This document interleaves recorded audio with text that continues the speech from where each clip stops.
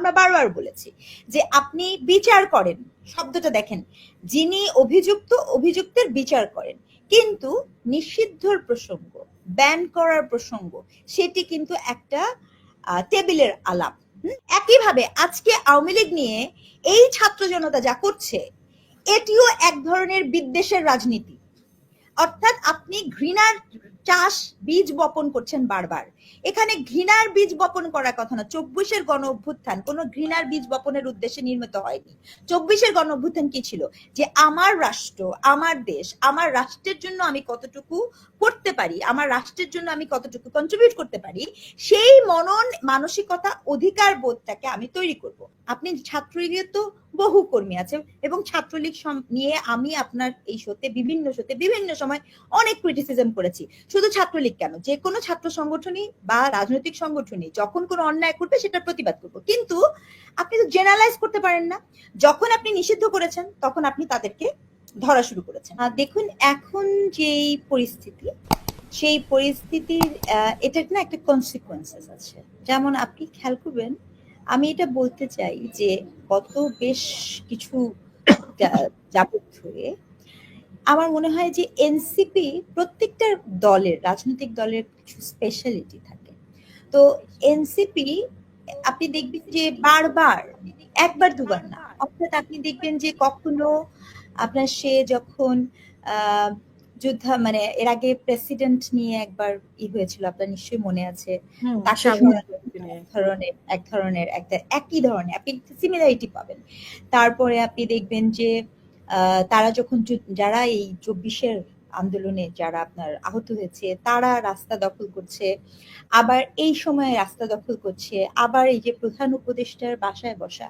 আমার মনে হয় কি এটা একটা বোঝাপড়ার ব্যাপারও আছে যে আপনি একই মাত্রার কাজ করে যাচ্ছেন।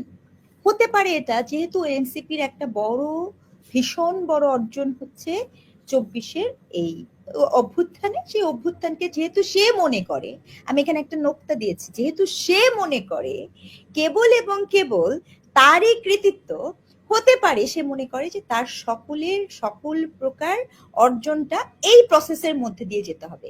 কিন্তু সে যেটা ভুলে যাচ্ছে যে সে কিন্তু এখন আর ওই ছাত্র জনতার পার্টি না, সে এখন একটা পলিটিক্যাল পার্টি, এবং পলিটিক্যাল পার্টির মুভমেন্টের কতগুলো প্রসেস আছে, কতগুলো ব্যাপার আছে। আপনি কখন আন্দোলন করতে থাকবেন, কখন রাস্তায় বসবেন এবং কি প্রক্রিয়ায় দাবি আদায় করবেন, সেটা কিন্তু রাজনৈতিক দলের বোঝাবুঝি এবং ম্যাচুরিটির একটা ব্যাপার। আমি কথাটা কেন বলছি, দেখেন আপনার এই আলাপটা আপনার শুরু হলো কেন? শুরু হলো হচ্ছে আপনার আমাদের যে সাবেক রাষ্ট্রপতি ছিলেন আব্দুল হামিদ, উনি চলে যাওয়ার পরে মূলত আলাপটা হলো।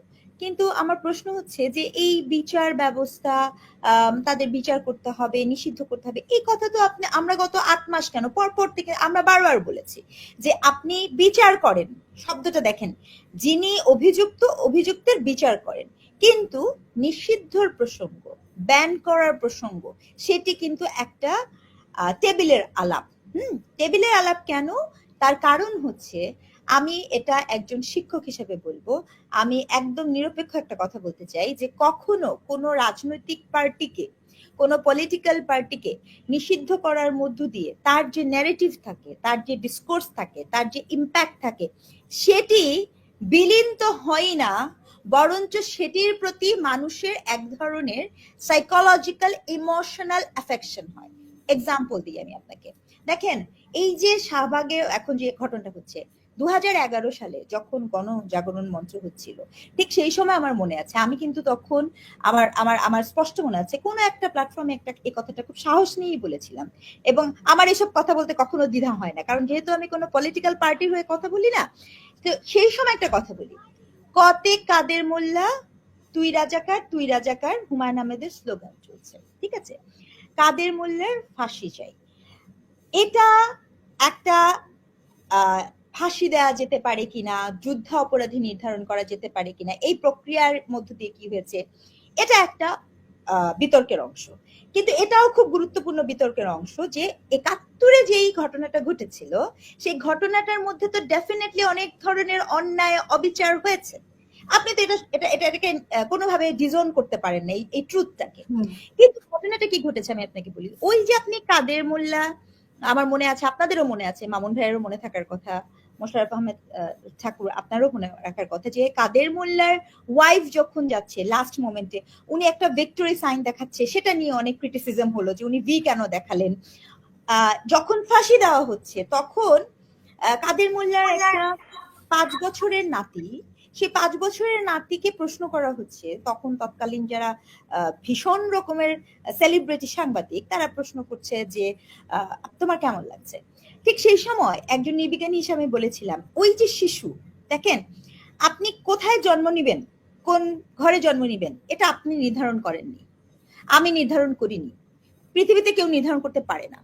কিন্তু আপনি যেভাবে আইডেন্টিফাই করেছেন, ওই শিশুর মনে আপনি যেই বিতৃষ্ণা দিয়েছেন, সেই শিশু কোনোদিন বাংলাদেশকে ওন করবে না। আমি একটা একাডেমিক কথা বলছি।